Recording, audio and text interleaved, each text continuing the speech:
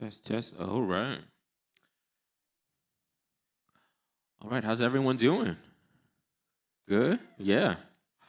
All right. Our next speaker is Pam Unks Cronin, and she'll be presenting how to prepare for the dreaded Google Analytics 4 upgrade deadline. Uh, just a reminder, just want to ask everyone to turn their cell phones off. Also, there's an after party after the event. And if you had any questions prior to the after the Q&A with Pam, you can find her at the Happiness Lounge. Without further ado, Pam.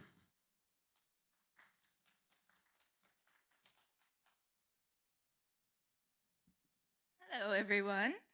Thanks for joining me to nerd out about Google Analytics.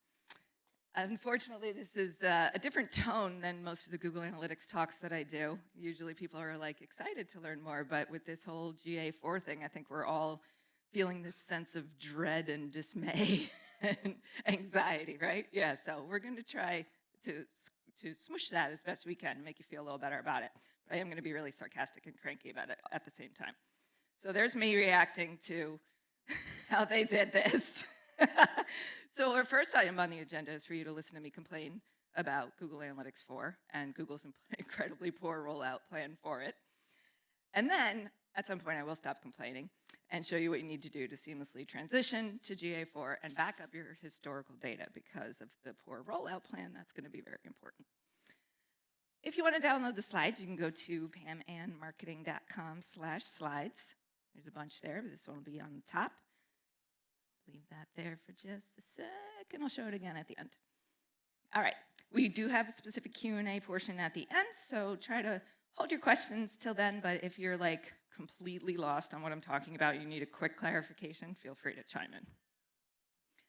All right, about me, basically, I'm a major nerd. A lot of you know me already, so I'm not gonna go through all of this, but been working with Google Analytics for a really, really long time is the point. All right, so let's get to the dumpster fire that is GA4. A lot of people say, wait, what? What's GA4? A lot of people have heard of this, a lot of people haven't. Google Analytics 4, aka GA4, is the latest version of Google Analytics, and everyone hates it. That's really the key takeaways. Yeah, so it's the 4th iteration of Google Analytics. A lot of people don't realize that it's the 4th iteration. Universal Analytics was the most recent version, which was the 3rd version, but they never really referred to it as GA3. So throughout this, you'll probably see me mix up referring to it as UA, referring to the current version, which is the 3rd version, as UA for Universal Analytics, or sometimes I call it GA3. Just kind of want to get people used to thinking of UA as GA3. Google Analytics actually started not as Google, it started as Urchin in 1997. It was another company entirely, and Google bought them out. And so the 2nd iteration was in 2005, the GA.js. 2012 brought us Universal Analytics, which is what we're still on now. I actually didn't realize it's been quite that long. And that was analytics.js, and Google Analytics 4, oops, I have a typo. It says JTAG.js. It is GTAG.js. I will fix that. So I'm going through all this because if you take a quick peek at the source code on your website and you find your Google Analytics code, you can know what version you're on basically by looking for ga.js, but pretty much no one's on Urchin anymore. Rarely do I see a ga.js, but I actually saw one the other day. Yeah, it's spotted in the wild. Most people are on analytics.js now, or gtag.js because Google's been harassing us to upgrade the script long before they started harassing us to upgrade the version of the software. So that's how you can quickly check, and I will fix that for anyone who downloads the slides. I will fix that to a G right after this. Okay, main differences between GA3 and GA4. GA4 tracks websites and apps together. So in the past, if you had a mobile app, you had to set up Google Analytics separately for that. Now it's all unified. There's a new event-based measurement protocol versus the current session-based protocol. That doesn't mean anything to any of us other than it will come up later as one of the reasons that this is a very difficult transition. And it's just way more complex. Exactly, right? As if Google Analytics wasn't complex enough already. They're like, here, have some more complexity. Deal with it. But I'm going to give you a tip about that too along the way. All right, so let's talk about the worst rollout plan of all time. Most people's reaction is like, all right, fine. We're used to being forced to upgrade software here and there in our lives. And so people are like, all right, fine, I have to upgrade to GA4, but I can just import my old Google Analytics 3 data, right? Nope, you cannot. And as if that wasn't bad enough already, they're not going to let you keep that forever either. They'll let you keep it for a while, but not for, I'm sorry, I'm giving this gentleman a heart attack. Don't worry, I'm going to bring it back around to how to handle all this without too much anxiety. It's going to be okay, I promise. Okay, so like I said, the new event-based measurement protocol, say that 10 times fast, is apples and oranges to the old session-based one. So I kind of get it that you can't just import data from GA3 into GA4. It's like, think of it like a different programming language almost, with some crossover, but it's really a different kind of language per se. So I kind of get that. But I mean, the least they could have done for us is allow us to import some of it to some pieces that are common, or allow us to access it long term. But it's Google's world and we're just living in it. So we got to try to make lemonade out of these lemons, which is what I'm going to help you do. When are they doing this? Well, some people think they have time because they keep saying that Universal Analytics properties will stop collecting data as of July 23rd, 2023. So the immediate reaction is, oh, okay, I got a year before I have to deal with this. No, you got to deal with it now, because since you can't import GA3 data into GA4, if you come next year, you want to compare your traffic year over year and see how your traffic did between 2022 and 2023, you won't be able to, because you won't have that. You won't have now to July 2023 imported into GA4. So you got to basically just start using GA4 now.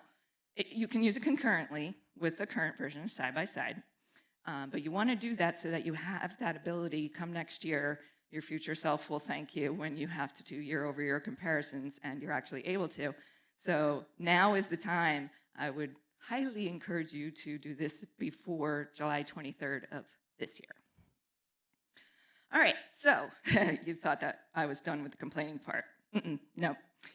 I'm going to take you through a not-so-brief tour of some of the many annoying things about Google Analytics 4, just to ramp up your anxiety a little more before I take it back down. There's a lot of missing metrics, including 3 of my all-time favorites: bounce rate, time on page, and average session duration have been removed.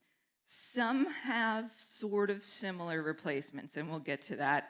So overall, we're going to figure out how to deal with this, but that was very, very, very sad news, the death of bounce rate, time on page, and average session duration, amongst these others. Also, users are defined differently. As if it wasn't complex enough and this transition wasn't difficult enough. They're like, let's just what we used to call users, let's just make it something else and call that users. And I mean, obviously it still refers to the people that are coming to your website, but in the current version of Google Analytics, if you see a report that just says users, the word by itself, users, it means total users. And then there's a separate metric for new users. In Google Analytics 4, there is that total users metric, but that's not the one that they call users. If you see the word users by itself in GA4, it refers to this new metric, which is called active users, users that have been active on your site in the last 28 days. And then there's a separate metric for new users. So you will not see the numbers match up, because users in GA4 is your total users, whether they were active in the last 28 days or not. And users in users in GA3 are, no, I said that, but see, I can't even keep track of all this. Users in the current version are total users. Users in the upcoming GA4 version are users that have been active in the last 28 days. So don't panic if you don't see those numbers match between the current version and the new version. And there's a lot of instances like that, but I just picked that one as a pretty, understandable example of how they're like measuring things separately. They're also counting sessions differently. So, let's reinvent math just to make this even harder.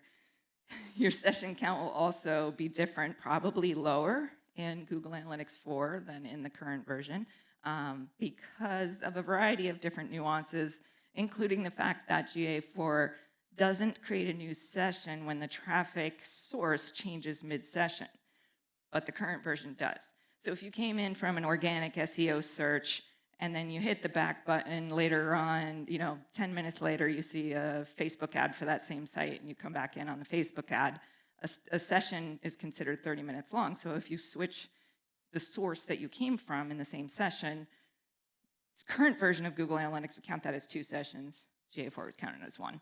Again, the nuances aren't incredibly important. The past midnight thing, too, is another little thing. But these are just examples of how GA4 does math a little bit differently than the current one.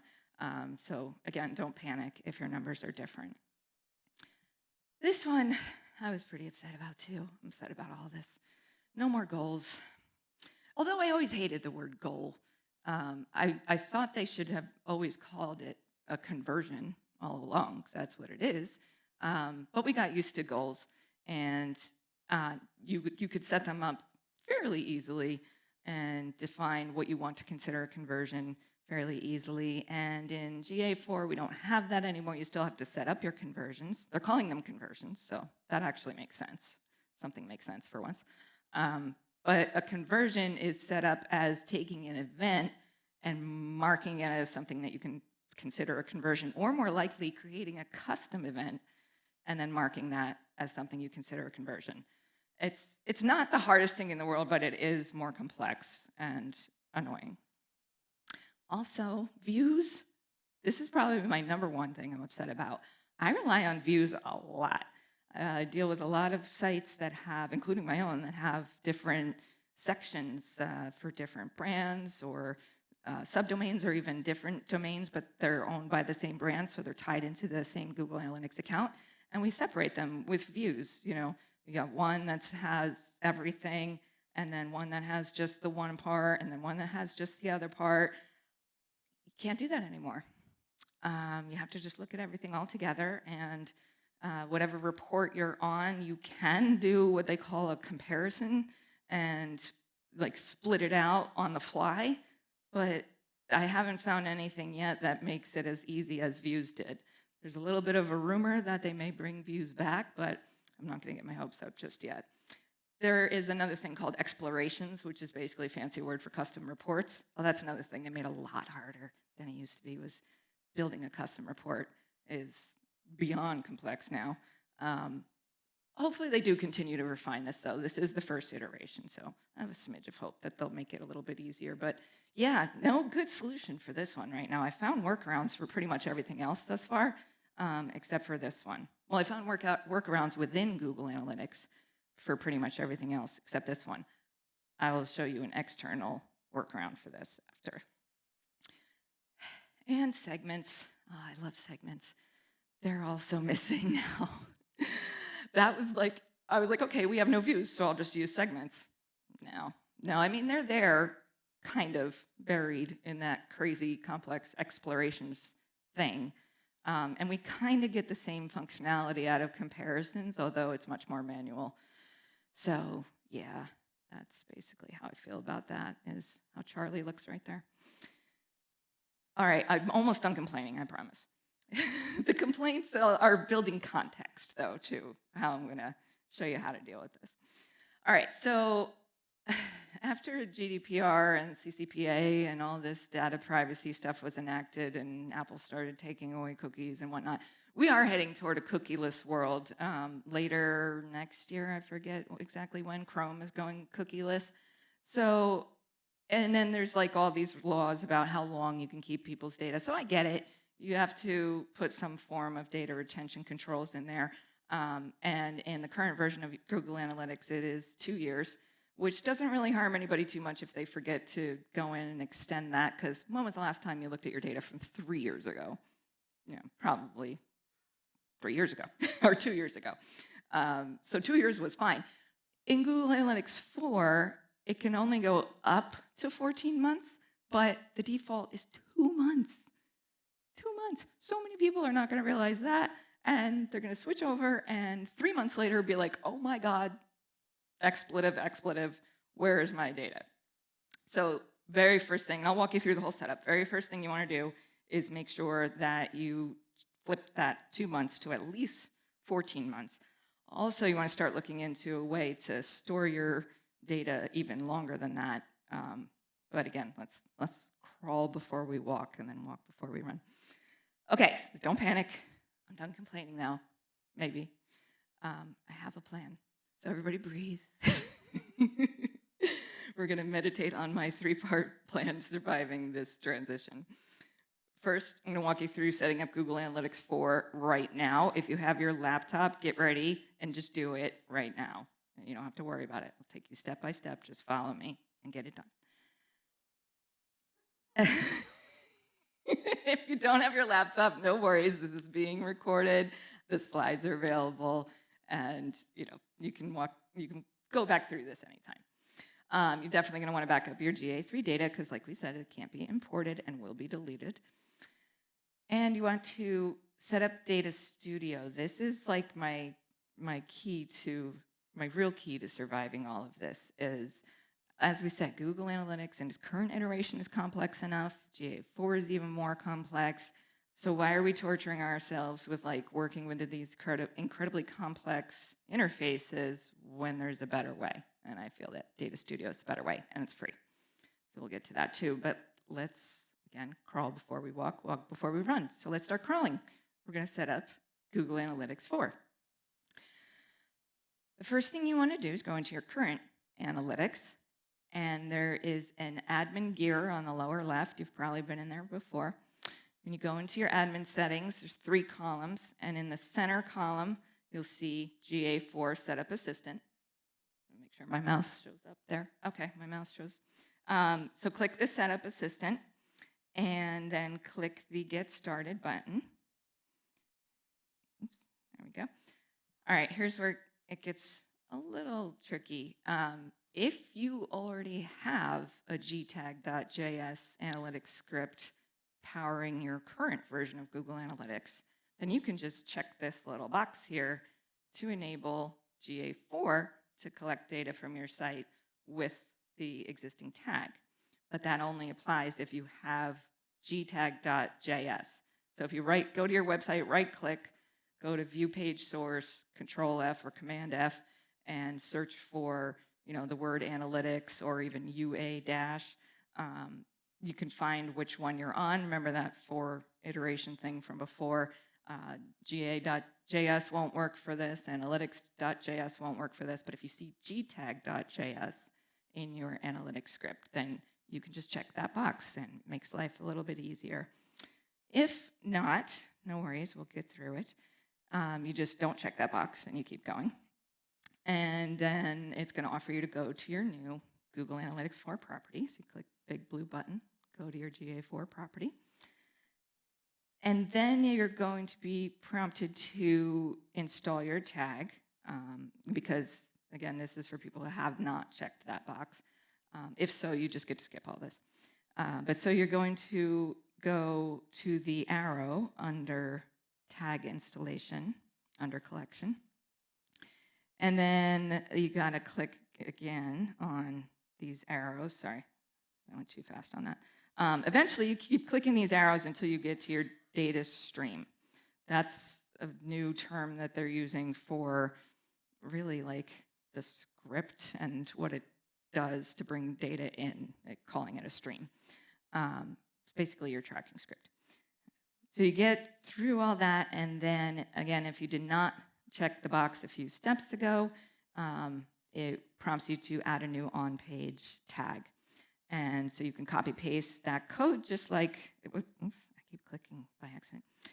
You can copy paste that code into the head of your website just like you always did with every iteration of Google Analytics before, or you can use a WordPress plugin, but make sure that it's GA4 compatible. Some of the Google Analytics plugins for WordPress have not yet upgraded their code to use the GTAG.js. Better Analytics is one that I spotted the other day, that it's still relying on analytics.js and won't work for GA4. So make sure that if you use a plugin, it specifically says that it's GA4 compatible.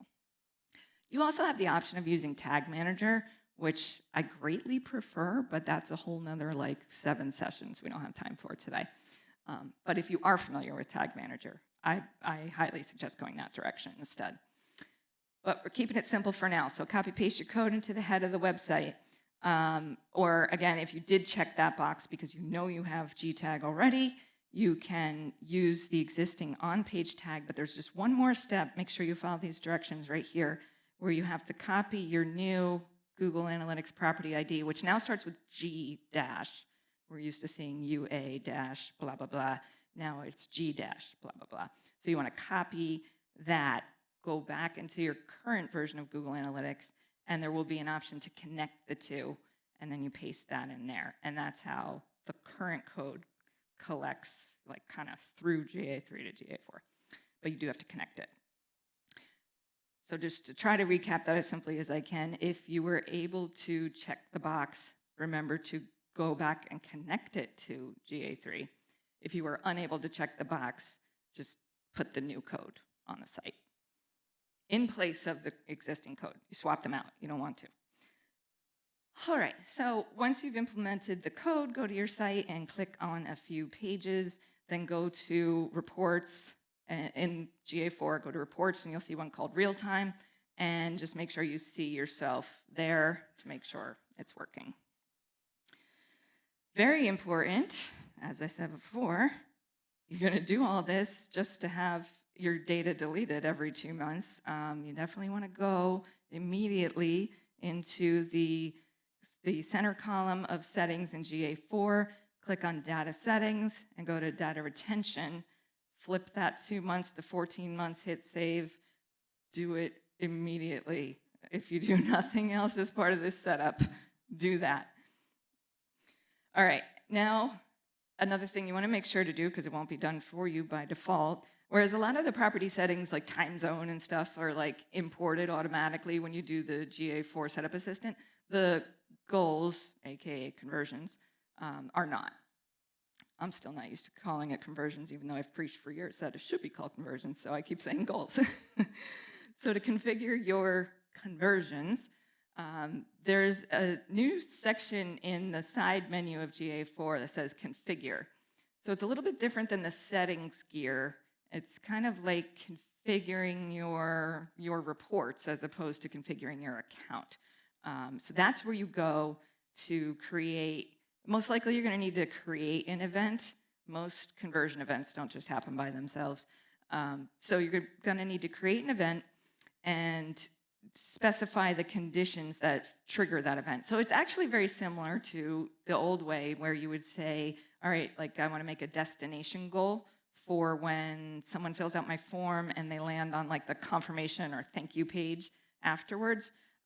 So you would go in the old version, you would say destination goal, you'd put the URL of the thank you page and say, this is what I consider a conversion, is when someone hits this, because they only hit it when they've filled out my form. It's very similar to that. It's just kind of a whole new language of the way that you have to define it. It's parameter, operator, value, and you have to use the page location instead of what was just simply called page in the last version. But you do get used to it kind of quickly. It's similar in nature. So that's how I set up my contact form goal conversion in, can't get used to it yet, in GA4. All right, so then you go to, so you've created your custom event that you will consider a conversion. Then you have one more step. You got to mark it as a conversion. So you go back into that configure section, click on conversions, and click on new conversion event. Oh, I forgot to mention before, you should, whatever custom name you give it, copy it to your clipboard before you leave, because I've done that and like gotten to this part and I'm like, crap, I forgot what I called it. So copy the event name that you made before you leave that menu. Then go into the conversions menu, paste it in, hit save, make sure, I mean, this will happen by default, but just put eyes on it. Make sure that the mark as conversion toggle button is active, and that's all you should need to do. Then again, go to your site, test the action, go to the real-time reports, make sure it works. Okay, so a lot to get through in a short time. I'm gonna go a little bit fast, but we have time for Q&A, and I'm not running away afterwards, so even if your question doesn't fit into Q&A, I'll be in that happiness lounge to make you happy and answer your questions. All right, very important to start backing up your GA3 data now because, again, we're not going to be able to import it or keep it forever in Google Analytics. So there's no good way to do this unless you go to the level of doing like a data warehouse, like a BigQuery, Snowflake kind of thing, where you sync it up in the background and you get every little bit and byte of data out of it. It's possible, but that's more of like an enterprise level solution. And most people don't need to keep every little thing forever anyway. So basically, I suggest going to each of your favorite reports in the current version of Google Analytics. Like my absolute favorite is under acquisition and then all traffic and channels. You see just the buckets, the different channels that bring traffic to your site, organic search, paid search, referral, email, etc. I go there all the time. So that was the first one I did this with. Go there, set your date range to, unless you have a really high traffic site, set your date range to last month. On a really high traffic site, I would do weekly. But most sites, I think it's fine to grab this data monthly. Annoyingly, when you go to whatever report in the current version of Google Analytics and the new one, it only shows you 10 rows of data. And so you got to go to the bottom right-hand corner and flip that to the max, which is 5,000 rows. And this is why you want to do it weekly. If it's a higher traffic site, you might have more than 5,000 rows. Most of them that we deal with will have 5,000 rows. So if you go further with this process and you don't expand that, you're only going to get the first 10 rows sent to you every month, which would not be helpful. So then click, not lick. You can see how I rushed to put this together. Don't lick the share button. Click the share button in the upper right. And what you're doing here is entering your email so that you can have this data emailed to you automatically monthly. But remember to select CSV in there. It defaults to PDF. CSV is the most portable, so if you do decide to do some kind of data warehousing or even just import your old data into Data Studio or something in the future, you're going to thank yourself for selecting CSV here instead of PDF. And type in, select monthly, type in a name for the report. You have to type in a body, which is silly, so I just retyped the name. Prove your humanity and hit send, which is counterintuitive. It's really should say save. It's not going to send it to you immediately, but it will send it to you on whatever you specify, like monthly on the first day of the month. This is a better way than just downloading your data now. Like I know a lot of people right now are going through all their favorite reports and just, hitting export and save, export, save, export, save. Well, you got to remember to do that every month from now until July 23rd, 2023. And so you're not going to remember. I mean, maybe you will. I'm not that organized to remember to do that every month. So you definitely want to automate that, not do a one-time backup.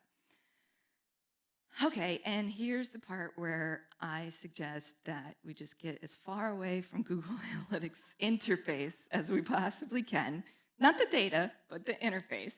Save yourself the agony of having to learn an extra complex software and consider Google Data Studio. Occam's razor, the simplest answer is usually the best one. If Google Analytics is complex and hard to navigate and hard to learn, get out of it. Pull the data into something else that's much easier to use. Now, I won't claim that Data Studio is easy to set up, but there are a lot of templates. There's a template gallery of reports that you can just make a copy, connect it to your Google Analytics, and you're good to go. And then over time, you can start to learn how to customize it. And I think, again, your future self will thank you for this, because if you get used to relying on Data Studio for reporting instead of the Google Analytics interface, you're not going to feel too much pain from this transition. There are a few metrics that are kind of gone and missing in the new Google Analytics, but I'll pull this up bigger in a second. There are sort of close enough equivalents for most of them, and I've set up a report that you can, by going to bit.ly/unifiedGA, you can go there, make a copy, connect it to both your current Google Analytics, GA3, aka UA, Universal Analytics, and your new GA4. And again, don't panic if the numbers don't match. They won't match, but they should be like kind of close. And this way, if you get used to relying on this for your data instead of the Google Analytics interface, then and this is going to keep happening in the future too. There's going to be GA5 and 6 and so on, and it's going to be different every time. So instead of torturing yourself with having to relearn it every time, just pull the data into something so much simpler. The visualizations in Data Studio are just so much better anyway. So I've been relying on Data Studio for a long time now. Obviously, I just on the fly, I'll go into Google Analytics to check something quickly, but for all of our clients reporting, I set them up on Data Studio as the first thing, and then these transitions aren't as painful. So I'm going to put the slides link up one more time real quick, and then I think I'm almost spot on. Oh, I got 15 minutes instead of 10, right? Nice. All right, so if you want to grab the slides, there's the link, and then I'm going to pull that Data Studio report up bigger so you can see it better. All right, let's do that. Oh, that's fantastic. Of course, I did this so late at night that I messed up the access, but I'll fix that too so you can get it. In addition to fixing where I told you to lick things. Thank you for being my guinea pigs for my first GA4 presentation. A few bumps in the road, but we got through it. All right, so you can see that bigger now. So once I fix that link, you'll be able to open this up in Data Studio and go to the option where it says make a copy. If you haven't used Data Studio before, you'll have to just set up your account real quick, but it's just the Google product like everything else, so you can just use your same Google account that you use for Google Analytics. Actually, highly recommend using the same exact Google account that you use for Google Analytics. It'll make connecting your data a lot easier. And set up, your Data Studio, and then pull up this report, make a copy, and connect. When you make a copy of it, you will see, actually, let me get out of presentation mode here. Escape. All right, we're gonna go to edit. So this is where you'll go File, Make a Copy, and it will prompt you to, it'll show you how I have my regular and GA4 accounts connected here. So it'll just prompt you to go here, go down to Create Data Source, select Google Analytics, pick your, so this is why you want to be in the account that you have it in already. Pick your account, and let me get back out of here. Oops. I think I'm not seeing my whole screen because I can't click out of that. All right, let me try to go back button. There we go. Couldn't find the X. And so it'll prompt you to connect the two. Just connect the two, and then this should populate with your numbers, and you can start to get used to, you can customize this, you can add pages, you can add more like if you have an e-commerce site, maybe you don't care about the conversions as much as the transactions and the revenue, you can replace that. I kind of designed it in a funnel kind of way where you've got just like your awareness metrics of like your total traffic coming to the site, total number of people coming to the site, and then the engagement metrics, my favorite three, RIP, average session duration, pages per session, and bounce rate. But there are sort of equivalent new ones in GA4, the engagement metrics. User engagement time is kind of, there we go. All right, we got the 10-minute mark, right? Okay, so, all right. The average session duration is kind of equivalent to user engagement time. Pages per session, kind of equivalent to what I had to create a smidge manually here. they had events per session. So I quickly created a custom metric for events that are page views per session. So I filtered that a bit. That's a nice thing about Data Studio. You can filter any metric that you'd like. You click on it, and this was by default. It was the total events of all kinds per session. I made a filter to say I only want to see them if the event name is equal to page view.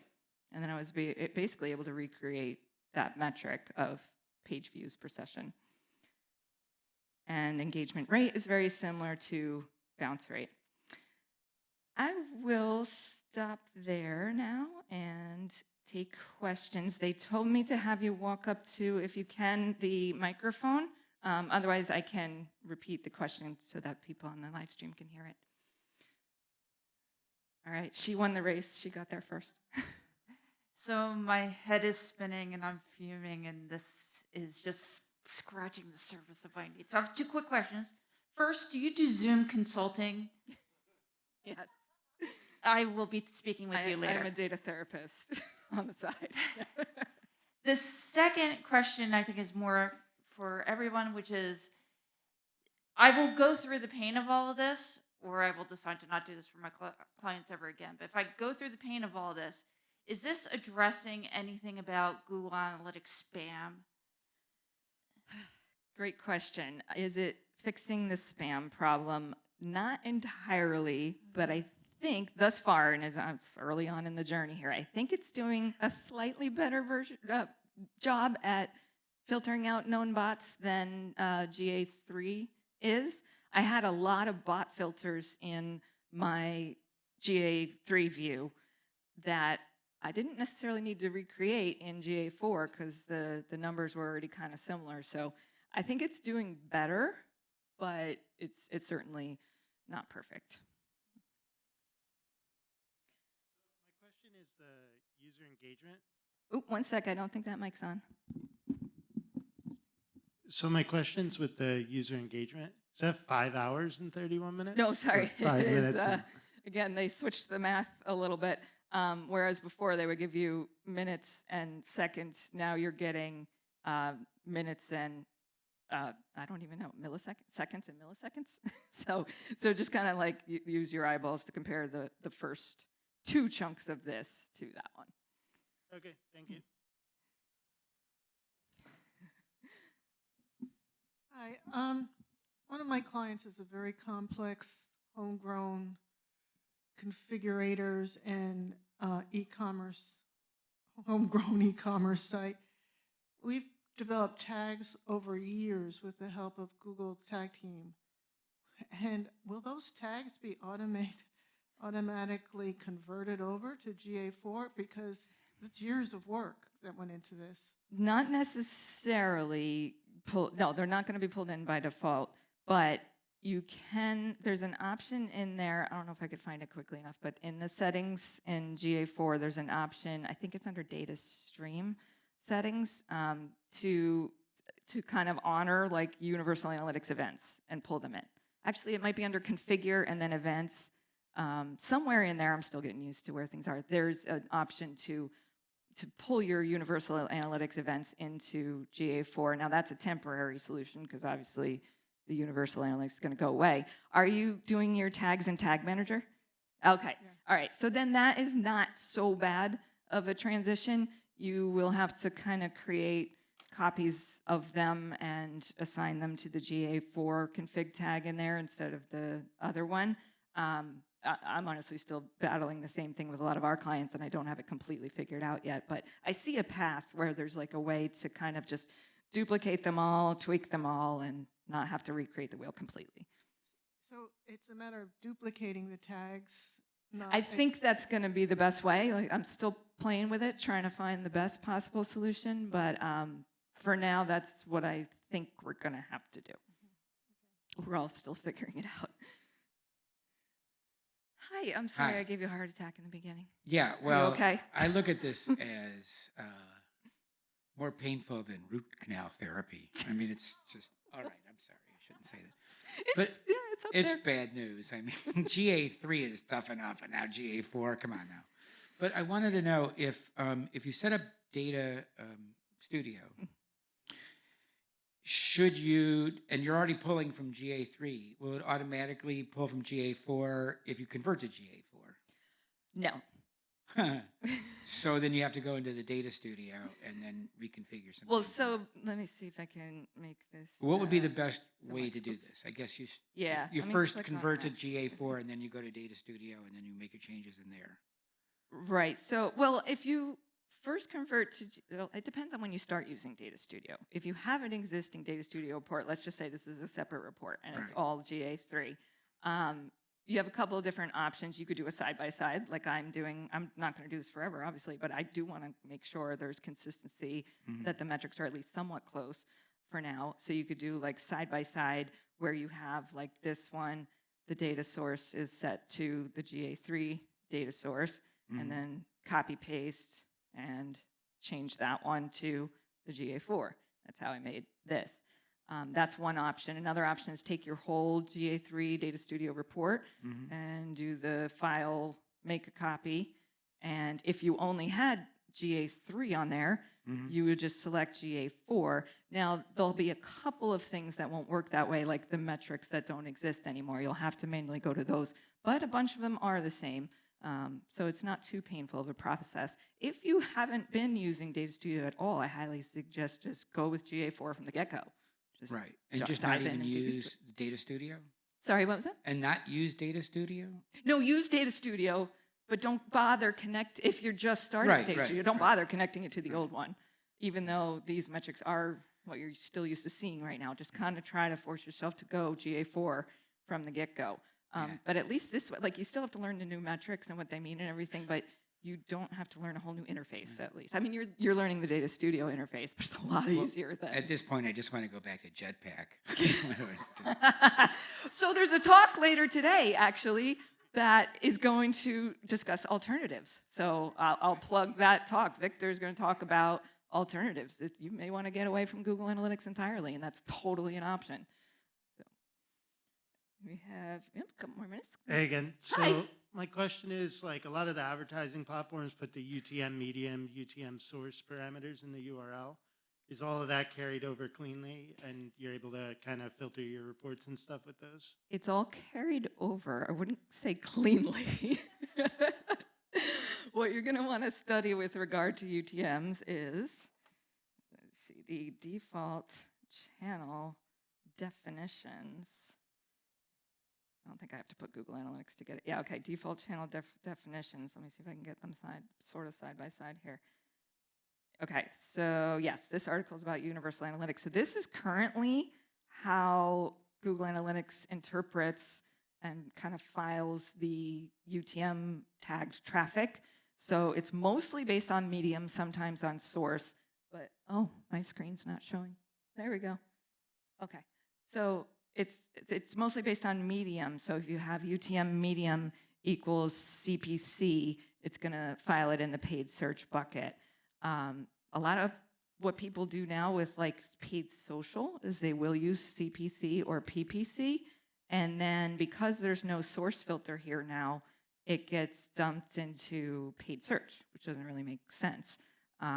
So I think there's a smidge of a redeeming quality in GA4 here that they've changed these a bit so that you have now, for example, oops, sorry.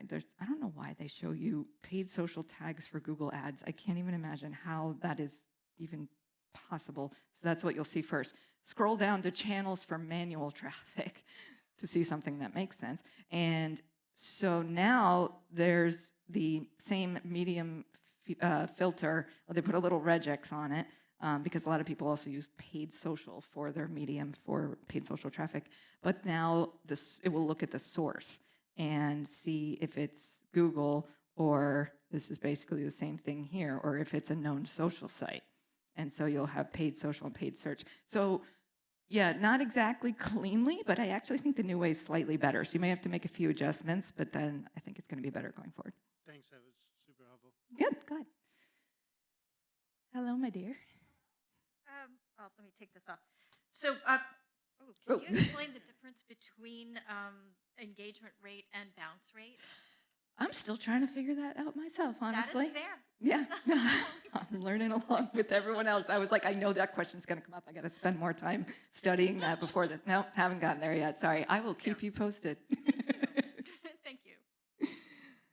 All right. Got, I think, one more minute, right? If anyone else has a question. No more bounce rate. Actually, you know, I did call it one of my favorite metrics and said I was sad to see it go, but it's so easily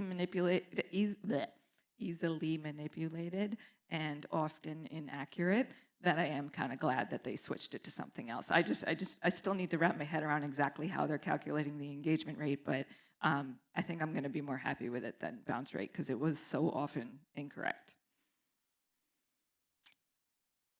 All right. I think that's a wrap then. Thank you.